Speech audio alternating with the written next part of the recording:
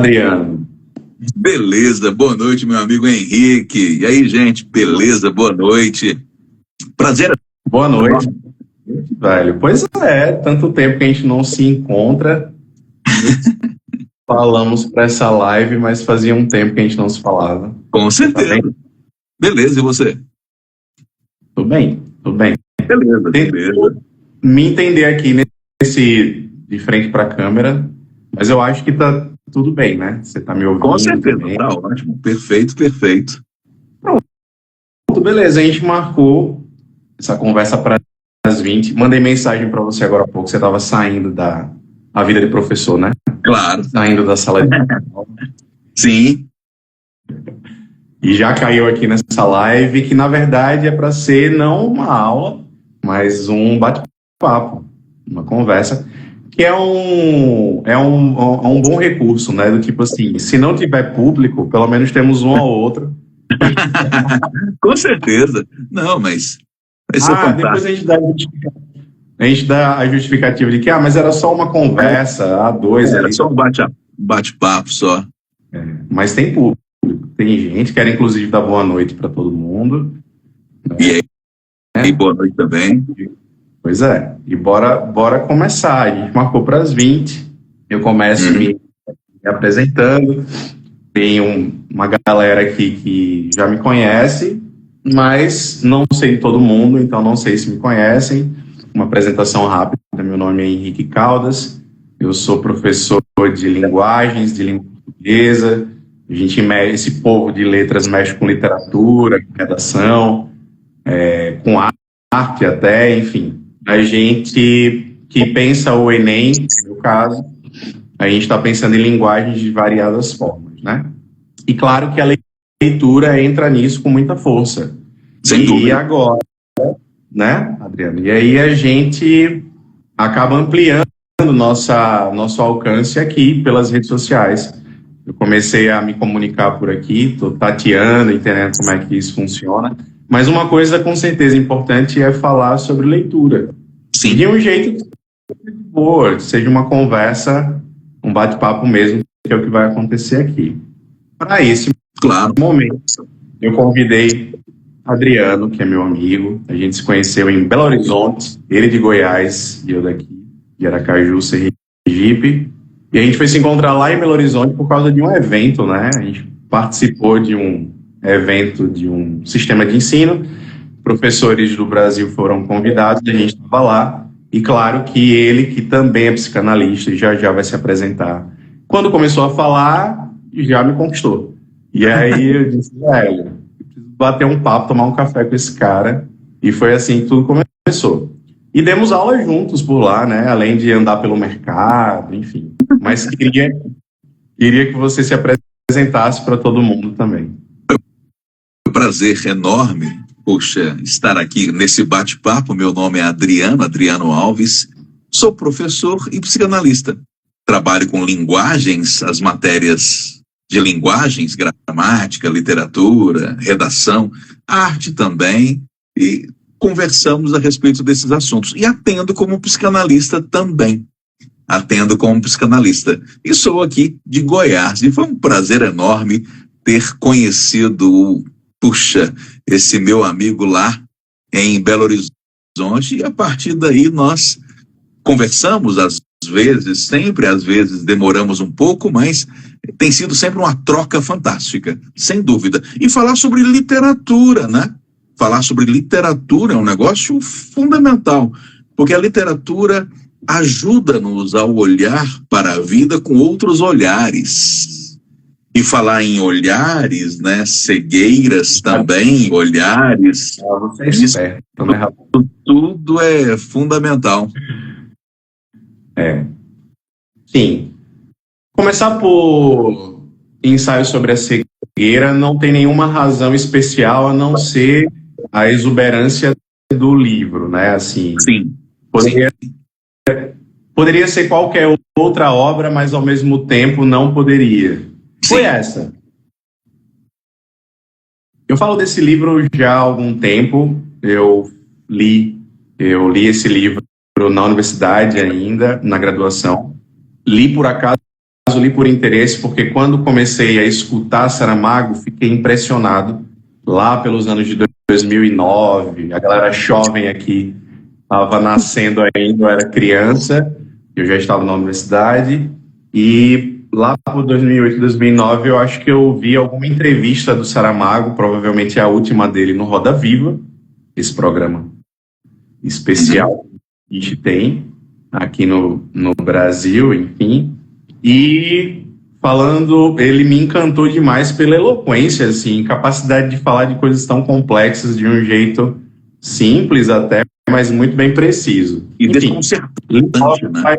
E desconcertante. E desconcertante, velho. E desconcertante e falando como se estivesse lendo uma bula de remédio. Sim, sim. Ou uma receita de bolo, um negócio que parece simples, mas não é. Frases impactantes, né? Mas, enfim, foi assim que eu cheguei em Ensaio sobre a Cegueira, e claro, o primeiro desafio de Ensaio sobre a Cegueira ou de ler Saramago é a própria estrutura do texto, né, Adriano? Porque ele quebra com uma lógica narrativa, a gente vai falar disso aqui, e além da história, que é muito impressionante pela metáfora da cegueira. Mas li muito impressionado com a história, com a tragédia da história e a beleza ao mesmo tempo dela, e precisei voltar a esse livro outras vezes e assim o reli algumas tantas. Por isso que ele está aqui. Assim, era uma necessidade de falar de um clássico, porque só falando rapidamente sobre o Saramago, ele nasceu em 1922, viveu muito o Saramago, viveu tempo suficiente para começar a vida literária dele já tarde, né? Ele começa com quase 60 a publicar, Sim. se não me engano, e publicou muito, ele produzia muito. Eu acho que para dar uma resposta, a infância é difícil e a história de família dele, de avós e acho que pais analfabetos também, criadores de porcos em Portugal, num lugar chamado Azinhaga, enfim, e ele uma criança muito atenta ao mundo e sempre muito impressionado com as coisas ao redor, e traduz isso em linguagem, em texto literário. Aos 13 anos ele descobre a biblioteca pública, começa a ler Franz Kafka, se apaixona e decide escrever alguns anos depois. Bem, publica tarde, mas publica muito, e até os 88 anos publica o último livro dele, acho que em vida foi Caim, e ele morreu escrevendo, cara, tipo, publicou até o último suspiro. Bem, o fato é que Ensaio sobre a Cegueira é um livro publicado em 1995. Em 1998, Saramago ganhou o Prêmio Nobel de Literatura em Língua Portuguesa. Por enquanto, até hoje, o único, né? Sim. Em língua portuguesa. E se consagra definitivamente como um escritor super importante e um clássico. E por isso quero perguntar a você, Adriano, para a gente começar essa conversa melhor, e para todo mundo aqui poder participar disso. Afinal, o que foi que mais te impressionou nessa leitura? E como foi que chegou para você? O que mais me impressionou, eu li em 96, mais ou menos, 96, 97. Sim. O livro é de 95, eu li pouco tempo depois de ele ter sido lançado. O que me impressionou, a sintaxe, a estrutura mesmo, o que mostra que a capacidade que o Saramago tem de trabalhar a linguagem tem a ver com a forma como ele estrutura sua percepção do mundo. Então, a sintaxe é um jeito de estar no mundo e é um jeito de perceber o mundo. Isso é fundamentalmente importante. É importante entender isso, né? Porque quando você nasce e você vai crescendo e você vai aprendendo a linguagem, as linguagens humanas, muita gente pensa que nós aprendemos as linguagens para que possamos dizer o que nós pensamos. Na verdade, a linguagem é o meio dentro do qual nós pensamos, é mais do que a ferramenta para dizer. A linguagem é o próprio existir, é o próprio estar no mundo, é o próprio estar em si. A linguagem é o software dentro do qual a gente pensa. Sem ela a gente nem pensa. Então essa ideia de pensar a linguagem apenas como ferramenta é extremamente reducionista. E o jeito como Saramago escreve nos permite olhar o mundo a partir do olhar dele, a partir de uma maneira bem diferente de ver o mundo.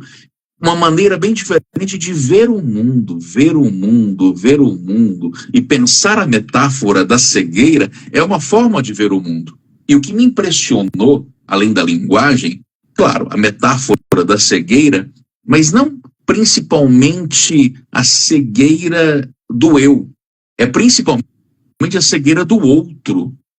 Porque a principal reflexão que eu imagino não é quem sou eu se eu não enxergo, é quem sou eu quando eu deixo de ser visto pelo outro.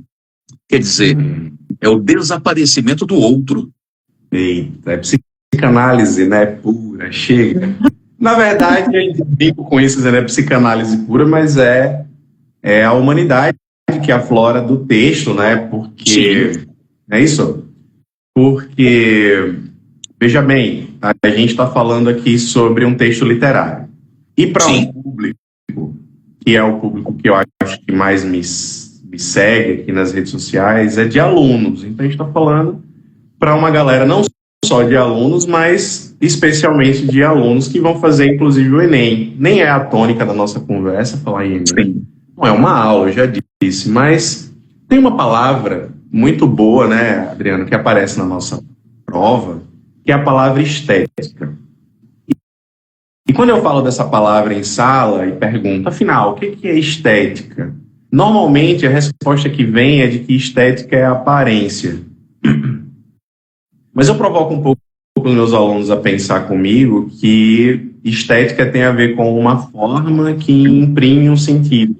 Mais ou menos assim, né? Existe um jeito de fazer que é singular, e esse jeito de fazer é que garante um determinado sentido. Ou seja, se tivesse um outro jeito de fazer, seria outro sentido. Sim. Então, a linguagem ou as linguagens são formas da gente construir um mundo que está na nossa percepção. Então, no caso de um texto literário, o que o Saramago faz, numa estética muito singular, porque você fala da sintaxe, o jeito que ele escreve e tudo mais, é não revelar um mundo, mas construir um mundo ficcional muito particular da percepção dele, muito crítico, muito irônico, sobre a nossa humanidade ou desumanidade. Então, em Ensaio sobre a Cegueira, a história começa com um homem, né, Adriano, que está parado no carro, em frente ao semáforo, que está vermelho, e todos estão muito agoniados, como a gente no dia a dia, no meio do trânsito de uma grande cidade, para que o semáforo fique verde.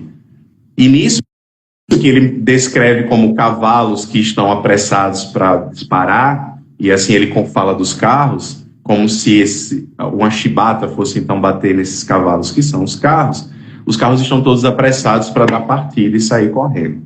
Definitivamente o semáforo fica verde, mas o carro que está na frente, na fileira do meio e na frente, não sai do lugar, deixando todo mundo estressado, agoniado, bem no dia, no horário de pico como o nosso.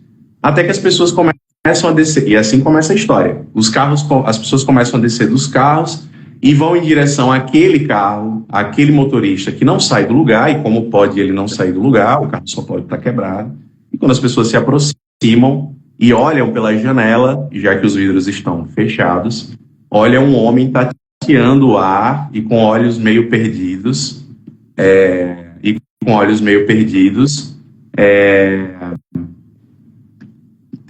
tentando dizer alguma coisa, que as pessoas tentam entender. E quando elas abrem definitivamente a porta do carro, ele diz, estou cego. E essa é a primeira vítima da epidemia de cegueira. Só que antes do livro começar, e é isso que eu queria te perguntar também, tem uma epígrafe, que é aquela frasezinha inicial, que muitos atribuem a Saramago, mas é de um livro chamado Livro dos Conselhos. E nas redes sociais muito se fala sobre essa frase. E a gente que é da palavra, especialmente você que é da psicanálise é palavra, é linguagem, ele diz assim, se podes olhar, vê. se podes ver, repara. Ajuda a gente, por favor, a entender qual seria a diferença entre essas três palavras: ver, E olhar e reparar. é interessante como que, nesse caso, você tem um zoom. A própria frase é um zoom. Uhum.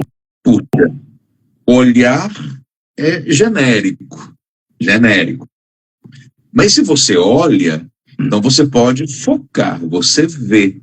E se você está vendo, reparar é detalhar ainda mais, é prestar ainda mais atenção.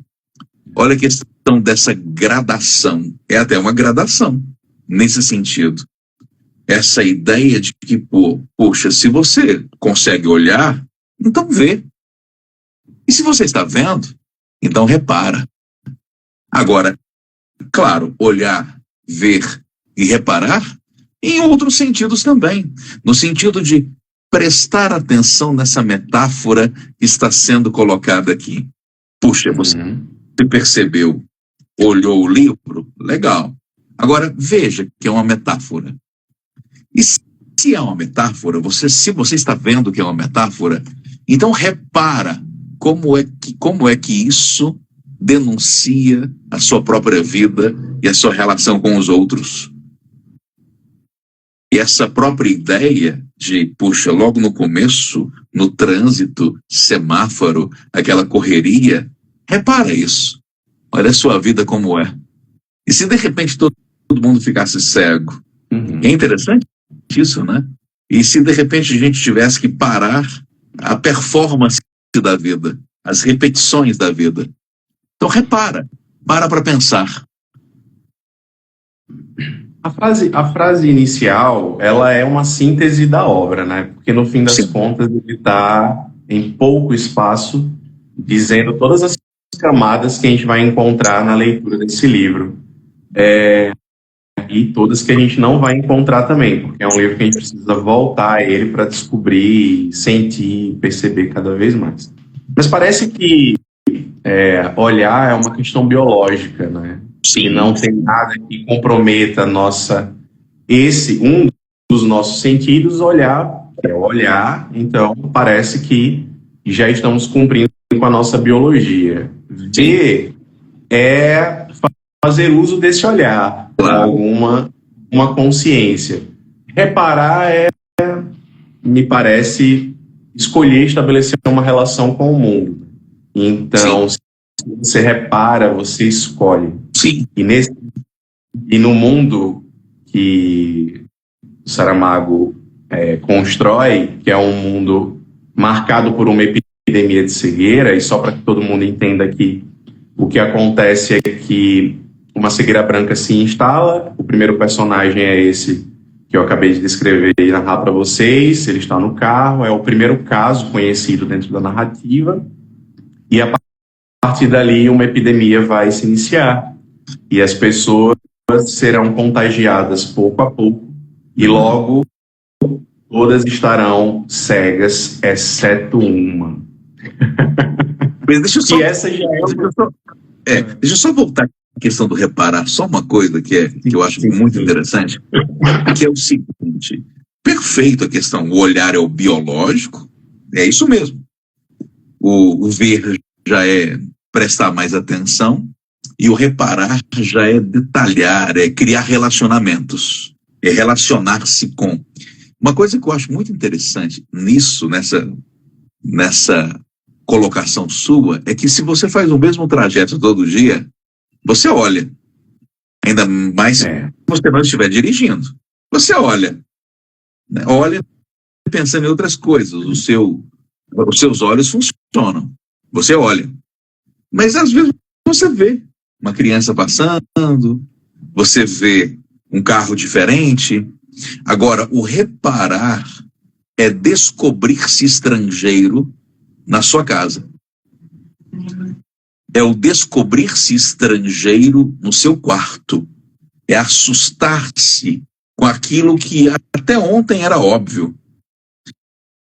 É quando você leva um susto quando você descobre que o seu nome é o seu nome.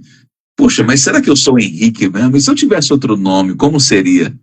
É o reparar, é o descobrir-se estrangeiro em casa. E a obra Adriano. do Saramago o tempo todo faz isso com a gente. Nós nos descobrimos estrangeiros em nós mesmos. Começa a dar uma pena danada saber que a live é tão curta, porque dá vontade de falar muita coisa. Mas já tem duas que ficaram aqui no gatilho a partir do que você disse. A primeira delas é, talvez a gente possa associar essa epígrafe que relaciona o olhar, o ver e ao reparar, a função, inclusive, do psicoterapeuta, né? Que é o psicanalista, o psicólogo e tal, quando se faz uma diferenciação entre ouvir e escutar.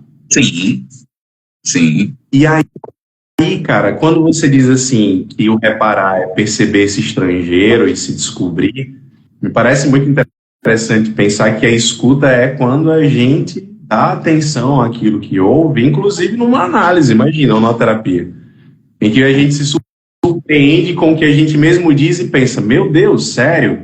Sério que isso sou eu também, isso existia em mim, não sabia. Talvez a literatura não cumpra esse papel também, Adriano, de fazer com que a gente perceba sentimentos que estão na gente ou pensamentos que sem ela talvez a gente não notasse? Com certeza. A literatura faz com que você se leia o tempo todo. E quando você fala sobre a questão da análise, da terapia, isso é fantástico. Quem é o analista? É o estrangeiro de você. Normalmente ele não é seu amigo, não é da sua família, mas é alguém para quem você conta coisas assim, segredos que nem os mais próximos sabem. Porque, na verdade, é um outro estrangeiro, tão estrangeiro que você pode contar qualquer coisa sem ser julgado. Porque ele está fora dos mecanismos sociais da sua convivência. Fala, Isadora, beleza? Ele está fora desses mecanismos. Aqui, cumprimentando, vamos só dar um oi para quem está chegando. Muitos de vocês eu não conheço, quero só dar as boas-vindas. E que bom que tem gente aqui escutando essa conversa, porque numa quinta-feira à noite, a gente falando de literatura, depois de um dia de trabalho, todo mundo, né, é um privilégio, cara, eu acho um privilégio. Tanto que eu ia chamar esse momento de conversa de quinta. Agora, olha que coisa interessante, só fazendo um gancho, assim, rapidinho, olha, Catarina, rapidinho, que é o seguinte, olha, o bobo da corte na Idade Média cumpre esse papel. Porque normalmente o bobo da corte era estrangeiro. Então as pessoas riam até do sotaque dele. E como ele era estrangeiro, ele estava fora daquelas disputas sociais da corte. E ele podia, entre uma palhaçada e outra, dizer qualquer coisa. Até a verdade sobre o rei. E autorizado a falar por ser um bobo da corte. Claro, ninguém que ele falaria o que falava, né? Enfim. Ele é louco mesmo? Louco mesmo. Uma das perguntas que eu tenho muita vontade de fazer aqui, principalmente porque é para você. Uma delas, falando um pouco sobre o livro, como é que é essa metáfora da cegueira? A gente já falou algumas palavras muito importantes aqui. Humanidade é uma delas. Sim. Reparar e dar atenção. Eu tenho me preocupado cada vez mais, pessoalmente, a gente vai amadurecendo com o tempo, né? Enfim, eu estou com 34 anos. Caramba. Enfim, aos 34 é bom que eu já não penso exatamente como pensava aos 24, muito menos aos 14. Então, e uma coisa que eu tenho sentido muita necessidade de melhorar é a capacidade de escuta num mundo muito caótico como o nosso, de muita informação. É muita informação vindo de todos os lados, é muita distração. E um livro que convida a gente à leitura é um livro que nos convida à atenção. Completamente diferente da dinâmica da tela, em que tudo é muito rápido, em que as coisas são passadas muito rapidamente, o estímulo ao novo é muito imediato. Aqui não. É um livro de 300 páginas, que você vai e volta. Eu lembro que a primeira leitura que eu fiz de Saramago, justamente pela estrutura diferente. E só para fazer um parêntese aqui, a gente tem falado muito sobre essa estrutura de Saramago. Basicamente, o que é que ele faz? Numa narrativa comum, se você pega um texto literário, uma narrativa de ficção, você tem um narrador, o narrador coloca ali 2 pontos e diz o personagem disse, travessão, o personagem fala, segue o narrador, 2 pontos de novo, o personagem fala, etc. Saramago não faz assim. Saramago tira a travessão, tira 2 pontos e trabalha só com ponto e vírgula.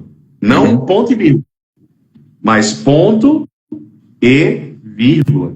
E o interessante é que você vai se envolvendo com a narrativa, sentindo quando a fala é de um, quando a fala é de outro, quando a fala é do narrador, e tudo vai parecendo muito natural. Mas é desafiador no início. Então, esse é o parênteses que eu queria fazer sobre como a narrativa de Saramago basicamente funciona. Só que o livro ainda é uma tecnologia. Quando a gente fala no Enem tecnologia, fica parecendo que a gente está falando só de máquina. Mas não, os textos são uma tecnologia. Afinal, se tecnologia produz impacto na nossa vida, seja para o bem ou seja para o mal, um livro é uma tecnologia, imagina, ainda é fonte de informação, ainda é base de discussão, ainda é lugar de saber. Então, um livro como esse, que é o Ensaio sobre a Cegueira, só mostrando aqui um pouco para quem não conhece, essa é uma edição mais antiga, mas existe uma edição mais nova, é uma tecnologia, tanto que estamos falando dela aqui. E é assim que o Enem chama. O Enem chama de sistemas de comunicação ou tecnologia da informação. E aí eu queria saber, já que uma tecnologia como essa produz impacto e já se tornou um clássico, como é que essa metáfora da cegueira ainda comunica para a gente alguma coisa sobre a nossa humanidade em 2025? Uma coisa muito interessante que eu acho sobre a cegueira é o seguinte: há alguns anos, há algumas décadas, a alienação era pela falta de informação. Hoje a alienação está mais relacionada ao excesso de informação. Ao excesso de informação.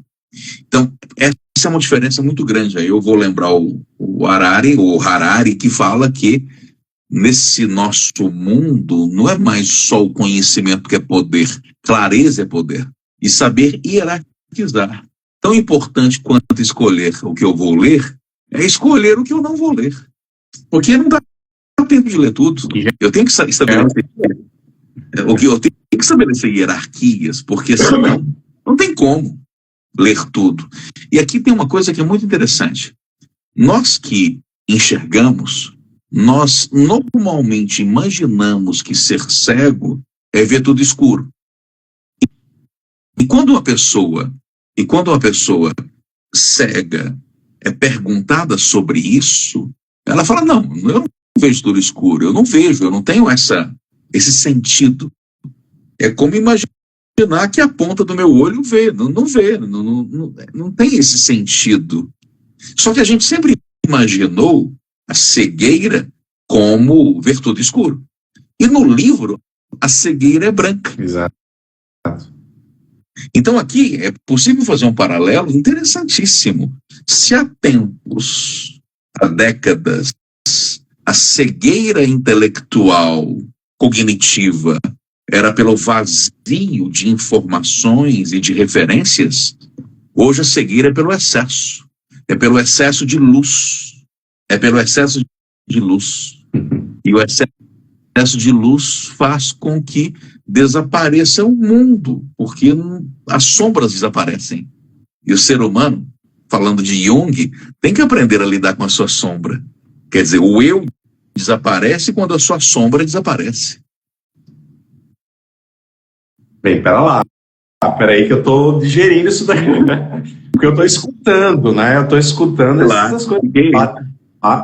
moço, vai devagar, pegue leve, é quinta-feira à noite. Manda um negócio desse. Sim, mas isso é muito interessante, essa ideia de que numa cegueira provocada pelo excesso de claridade, isso tem tudo a ver com a cegueira da pós-modernidade, que é a cegueira provocada pelo excesso de objetividade e pela morte da subjetividade. Você fala muito sobre isso, né, Adriano? Sim. Eu lembro que nas nossas conversas e coisas suas que eu li depois, que você publica aí nas redes sociais até, você fala sobre a nossa capacidade a nossa subjetividade está se perdendo. Não sei se estou falando correto, mas significa o nosso exercício poético da vida, a nossa capacidade de abstração está se perdendo. Sim. E esse é o lugar da literatura e da arte, ou seja, o título do livro do Ailton Krenak é muito bom, né? Que é A Vida Não É Útil. Aí você pensa, pera lá, como assim o cara está dizendo que a vida não é útil? Mas ele não está falando que a vida não tem relevância, muito pelo contrário.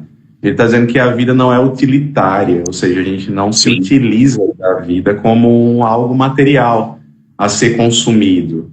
A vida seria algo, portanto, de se alimentar dela, né? À medida que a gente vive.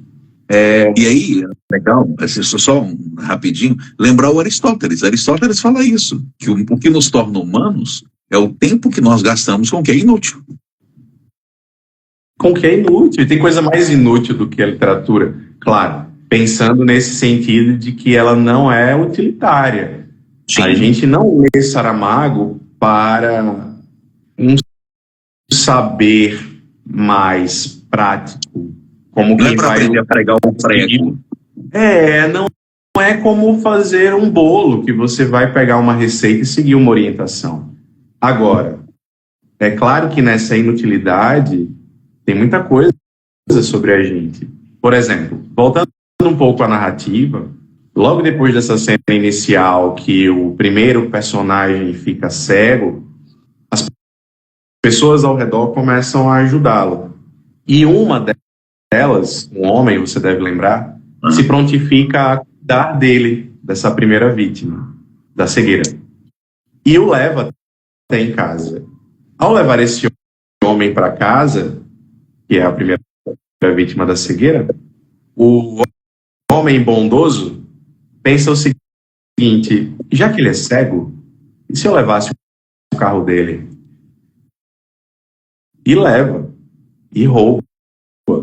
E então, Saramago vai mostrando o que nós somos capazes de fazer quando ninguém está olhando, ou quando a visão não nos observa, enfim. Como é que você viu isso na obra? Porque Saramago tem frases muito fortes, né? Eu selecionei até algumas aqui para a gente comentar. Ele diz alguma coisa como, por exemplo,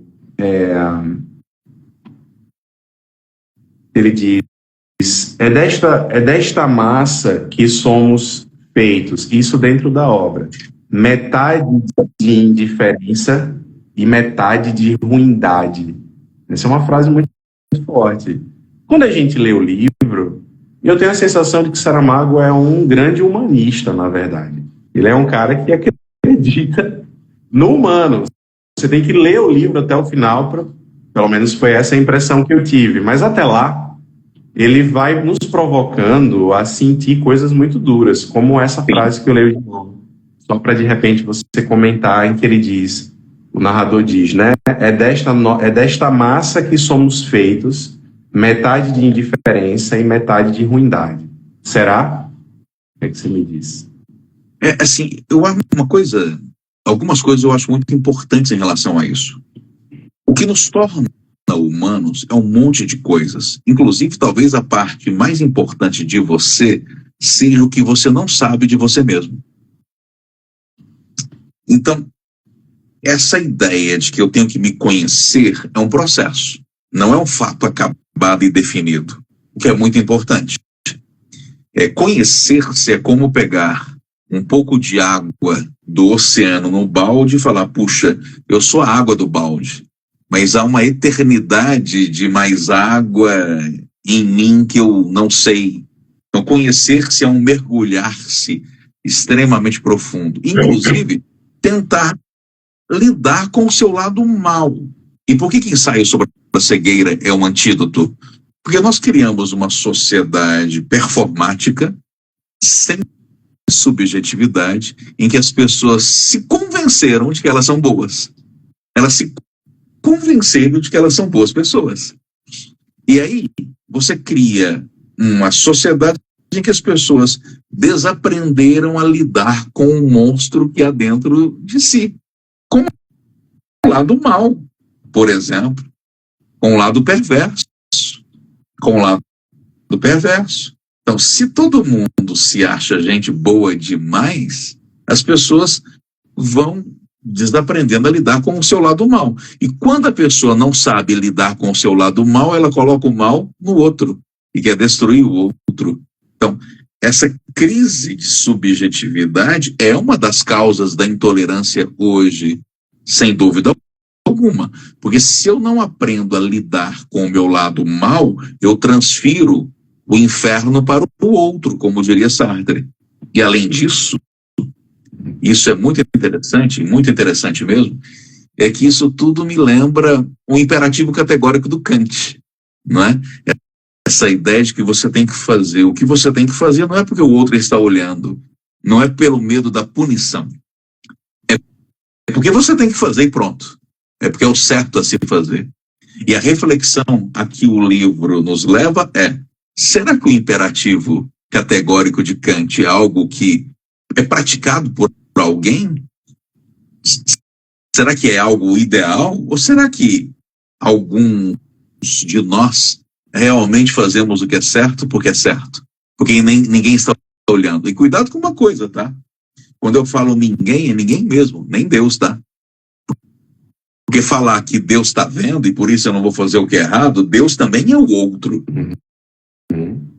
Você faria o que é certo, mesmo que ninguém estivesse vendo, nem Deus. Essa é a ideia. Adriano, é tanta coisa que sua fala me faz pensar que eu fico aqui tentando selecionar qual dessas coisas eu quero desenvolver. Mas você vê, sabe do que eu me lembro? Do filme do Super-Homem.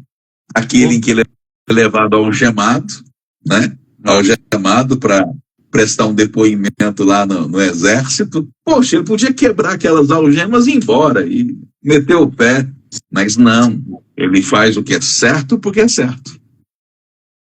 Olha o imperativo categórico. Tem uma coisa, voltando ao livro,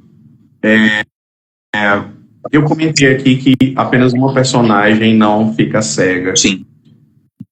Eu não queria dar o spoiler para deixar a curiosidade de quem vai ler o livro a partir dessa live, que eu espero que alguns se interessem e que cheguem a ler o livro. Mas é uma mulher, e eu tenho a impressão de que isso não é à toa. Mas o fato é que essa mulher é a única que não fica cega, e ela, apesar de não ficar cega, escolhe ir com o marido para o manicômio desativado, que é onde eles vão ficar em quarentena. Porque depois que a epidemia começa a crescer, o governo resolve, então, o Estado resolve isolar essas pessoas em um manicômio desativado. E ela começa a ver o comportamento das pessoas, inclusive do marido dela, comportamentos esses que nem ela esperava. E o mais interessante é que eles precisam conviver nesse microcosmo, né, nessa síntese de sociedade que se estabelece ali. Eles precisam conviver com o bem e com o mal. E relativizar, inclusive, esse bem e esse mal por uma convivência. Até porque, quando a gente vive esse imperativo de que você fala, muito influenciado, inclusive, pelas redes sociais, eu imagino, é que a gente performa o bem o tempo todo, mas a gente não é só bem, a gente é mal, e é bom que seja assim também, né? Afinal, não dá para ser uma coisa só. E ali, na convivência, ela lida, e todos eles, com esses dois lados, que me parece que é uma coisa que a gente tem evitado. Reparar, que é o que diz lá a frase inicial, me diga você o que é que você acha, é descortinar o bem e o mal de um ser humano. Então, conviver com o outro é lidar com as coisas boas e com as coisas ruins. E aí, talvez por isso a gente desista e feche os olhos para a convivência com o outro. Eu não sei, me diga você o que é que você acha, mas você falou um negócio muito legal agora há pouco, de tudo que você falou que é muito interessante. Tem uma coisa que você disse que a gente é muito do que a gente não sabe da gente. E tem uma frase aqui dentro do livro que também ficou muito popular e circulou nas redes sociais, que é uma que o narrador, mais ao final do livro, já diz assim: dentro de nós há uma coisa que não tem nome. Essa coisa é o que somos. Me parece que tem a ver com isso que você falou, Adriano, até porque vai aqui a minha pergunta. Por que esses personagens não têm nome, hein? Qual foi a sua impressão quando você leu? O que é que não ter um nome e eles serem descritos de outra maneira, como o médico? Que curiosidade, o médico da história é um oftalmologista e ele fica cego. O Saramago tem um certo humor também. Claro, uma ironia profunda, né? A mulher do médico, o caolho, enfim. Então, por que não ter um nome? Ou esses personagens não terem nome? Qual foi a sua leitura disso? É interessante porque o fato de o personagem não ter nome, isso nos traz diversas compreensões, diversos entendimentos. Um deles é de que, no primeiro momento, isso generaliza e cada um de nós poderia ser um daqueles personagens. Outra coisa que é muito interessante também é que o nosso nome, muitas vezes, nos distrai daquilo que somos. Então, quando eu pergunto assim, quem é você? Você é um Henrique? Você tem a ilusão de achar que a resposta está terminada e, na verdade, não está. Eu saber o meu nome, às vezes, pode me dar a ilusão de que eu sei quem eu sou. Então, personagens que não têm nome, do jeito como ele trabalha, o Saramago, com profundidade. Personagens que não têm nome, isso nos obriga a reparar muito mais em quem eles são. Até porque você tem que ler com cuidado tremendo para saber quem está falando, já que os nomes não aparecem. Já que os nomes não aparecem.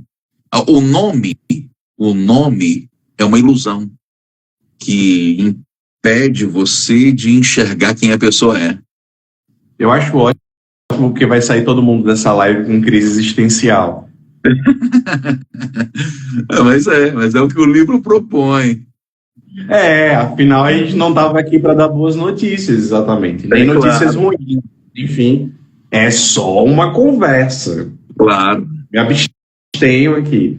Mas aproveitando que você falou nisso, eu li um negócio uma vez que mexeu muito comigo, que é coisa de psicanálise, né? Você sabe como é que é. E aí eu li uma vez um negócio assim: a gente é personagem, nós construímos personagens, a gente vai tirando uma casca, quem fala isso é um cara que você conhece bem, que é o Contar do Caligares, que é psicanalista, você foi aluno dele, você me falou isso lá em Belo Horizonte, eu não sei se eu gostava de você e te admirava pelo primeiro contato, se eu sentia raiva, não sei. Enfim, o fato é que você foi aluno do Caligares, e eu lendo uma vez alguma coisa dele, ele dizia que a gente não é uma manga, por exemplo, que você descasca, tira a polpa e no final tem um conteúdo que é o caroço. Nós somos uma cebola, um negócio assim que você vai descascando e no final não dá em nada, é um vazio. Mas tem um troço que ele fala que é muito interessante, que ele diz assim: nós somos personagens e tudo bem, a gente precisa disso para viver. O problema é você aceitar esse personagem. O problema é você acreditar nele, sabe? É você realmente achar que você é isso. E aí eu acho isso muito curioso, porque quando eu li o livro, e fiquei, às vezes que li, e fiquei vendo essa coisa do não ter nome, é porque, assim, diante da cegueira, de que adianta ser o Henrique, de que adianta ser o Adriano? A gente vai ser outra coisa nessa convivência de uma situação completamente nova. É uma outra identidade, é uma outra realidade. Fiquei com essa impressão. Não sei se você concorda, o que você acha disso. Mas, afinal, diante da cegueira, o personagem Henrique deixa de existir, né? Sim. Vira meio que uma outra coisa.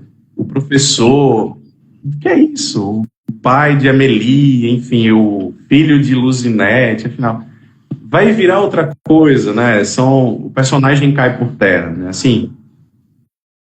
Sim, é isso mesmo. Só respondendo a Isadora aqui rapidinho, Isadora, só que lá em Vidas Secas, apesar de acontecer isso de personagens não terem nome, lá é por causa da zoomorfização, né? Lá a questão não é tão existencial como aqui em Ensaio sobre a Cegueira. Lá é para zoomorfizar os personagens em Vidas Secas. Mas quer ver uma coisa interessante, muito curiosa, Henrique? É que tudo que nós sabemos sobre nós e sobre o mundo é uma elaboração, é uma criação. Nós não estamos no mundo de verdade, nós estamos no mundo que nós imaginamos que o mundo é. E nós não estamos em nós de verdade, nós estamos numa pessoa que nós achamos que nós somos. E você não pode acreditar tanto assim nisso. Ou seja, todos nós somos, em certa medida, esquizofrênicos. Em certa medida. Porque todos nós vivemos uma fantasia. Talvez a única diferença entre nós e o louco, a única diferença é que o louco tem certeza de que é normal. Talvez essa seja a única diferença. Muito bom. Agora, quer ver uma coisa interessante? Quando a pessoa vive uma experiência religiosa saudável, não doentia, que eu tenho formação em teologia também, em teologia. Pois é.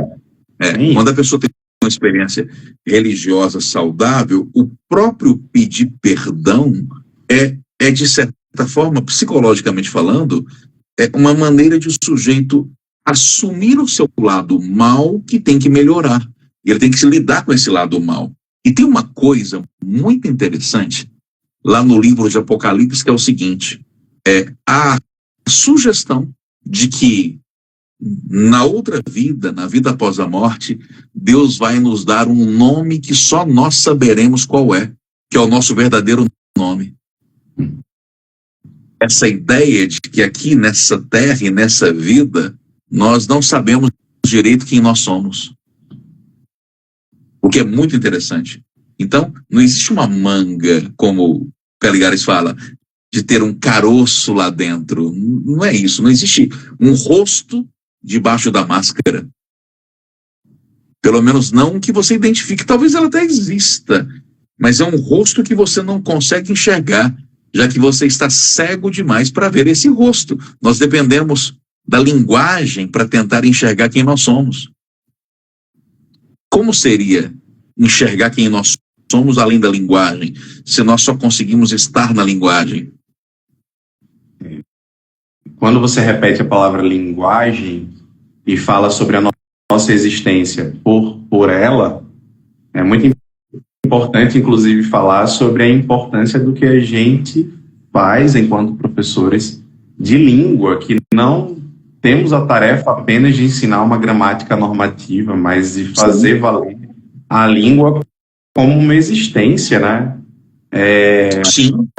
É por ela que a gente se coloca no mundo, é por ela que a gente vive mais do que sobrevive, enfim. Sim. E como nossos minutos já estão indo para o nosso tempo já está indo para o final, eu queria só arrematar um pouco com as linhas finais do livro e com as últimas palavras que a gente tem para dizer nessa live, é que tem uma cena mais ao final do livro, quando aquele grupo de cegos e que estão ali presos naquele manicômio desativado, quando eles se veem na possibilidade de sair dali e de ir embora, eles fazem uma escolha, que é a de não se separar. Aham. E eu tenho a impressão de que a nossa loucura, essa que você falou, no final, talvez sejamos todos meio esquizofrênicos, enfim, de certa medida, é que o bom de reparar no outro é perceber que ele é meio louco também. Sim. É meio chato demais você encontrar com gente normal, entendeu? Você fica meio, poxa, galera normal, sabe? Pô, e eu que não sou assim. Sabe aquele poema do Fernando Pessoa? Onde há gente no mundo? Em linha reta, quando ele diz, e eu, vil, baixo, não tô valendo nada, mas diante de mim todos são heróis. Sim. Então, só para terminar, e são as últimas palavras, porque esse livro sempre pede mais assunto, mais conversa, eu acho que a nossa loucura precisa ser partilhada para não ficar normal demais, entendeu? Sim. E o livro dá essa resposta, eu acho, no fim das contas, que afinal se eu convivo com a loucura do outro, no final a gente produz, e eu acho que essa é a palavra-chave do livro, é afeto. A gente deixa afetar pela loucura do outro, que também é um pouco a minha. Sim. E no fim das contas escolhemos por ficar juntos, né? Então, essa parte que me parece interessante e uma boa compreensão sobre essa humanidade que Saramago nos provoca na leitura do ensaio. Até porque se você confirmar que você está vendo o meu amigo imaginário, a nossa loucura vai ser compartilhada, né? Pois é. É bom ser louco junto, não é não? Claro. Como, por exemplo, nós dois, loucos numa quinta-feira. Eu escutando a sua loucura, você escutando a minha e eles escutando a nossa. Velho, como é que pode isso? Realmente, a rede social tem esse poder. O que você quer? Você em Aracaju, eu aqui em Goiânia. Puxa vida. Pois é. Olha que maravilha. O que você quer dizer mais pra gente ir? Porque eu acho que a live fecha, né? Não, que foi um prazer enorme aqui conversar com você, conversar com vocês sobre, um assunto tão importante, tão interessante, uma reflexão tão fundamental, e prazer enorme, vamos fazer mais vezes, né? Pois é, é isso que eu tenho para lhe dizer, por favor, outras conversas como essa, outros clássicos, outras obras para a gente conversar, outros textos, nada melhor do que eu para intermediar uma boa conversa. Eu agradeço demais você ter topado essa loucura. Foi um prazer enorme. E a participação de todo mundo que esteve aqui, que passou por aqui ou que ficou aqui. Espero que tenha sido uma oportunidade de reparar na palavra, já que essa é um pouco a nossa defesa enquanto professores de linguagens e um psicanalista, enfim, que a palavra tem força, né, Adriano? Com certeza. Até porque o mundo em que nós vivemos é feito de palavras, né? As palavras que constroem o chão em que nós pisamos. É isso. Então, minha última palavra não pode ser outra, senão obrigado imensamente. Obrigado demais, tá? Um abraço para você, um abraço para todos. Um abraço enorme. E aí fica a frase final, que é a inicial da obra, que é: se podes olhar, vê, e se podes ver, repara. Meu amigo, muito obrigado. Tchau para todo mundo. Quem se encontra de novo. Beijos. Boa noite. Tchau, tchau. Tchau, tchau.